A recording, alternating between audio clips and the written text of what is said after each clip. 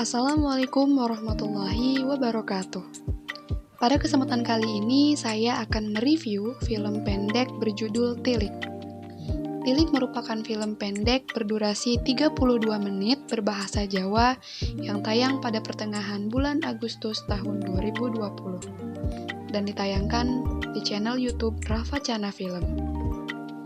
Film pendek yang sempat ramai diperbincangkan ini sudah ditonton sebanyak 27 juta kali dan mendapat berbagai apresiasi dari mulai Piala Maya hingga menjadi official selection Jogja Netpack Asian Film Festival. Film ini membawa dampak baik dan menjadi hiburan karena pada penayangannya ketika pandemi COVID-19 melanda.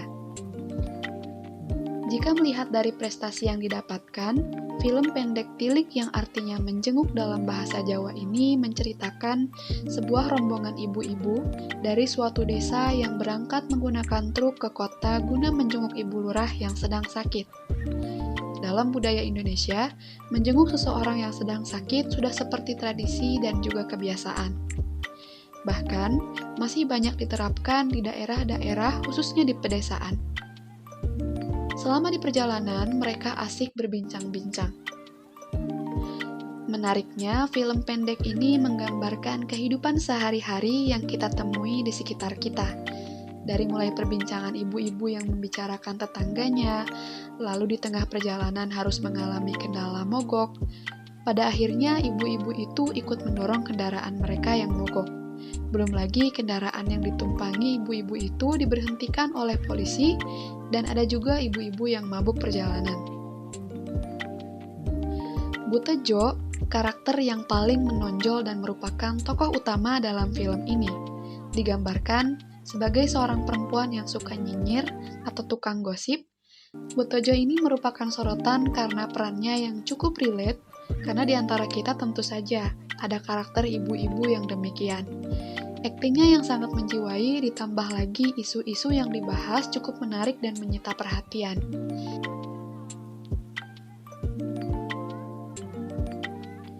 Di sisi lain, ternyata Butejo memiliki misi hendak mengenalkan suaminya yang rencananya akan mencalonkan diri menjadi lurah menggantikan ibu lurah yang sudah sering sakit-sakitan.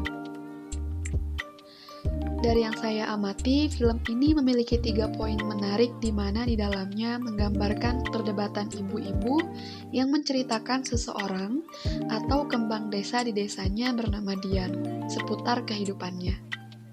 Ada yang ikut memanas-manasi, ada pula yang berusaha menengahi, seperti Yuning. Sosok bijaksana yang sifatnya berseberangan dengan Butejo. Hal ini sepadan dengan keberagaman sifat dan kebiasaan yang ada di kalangan masyarakat pedesaan. Sehingga budaya bergosip ini menjadi salah satu isu yang diangkat pada film ini.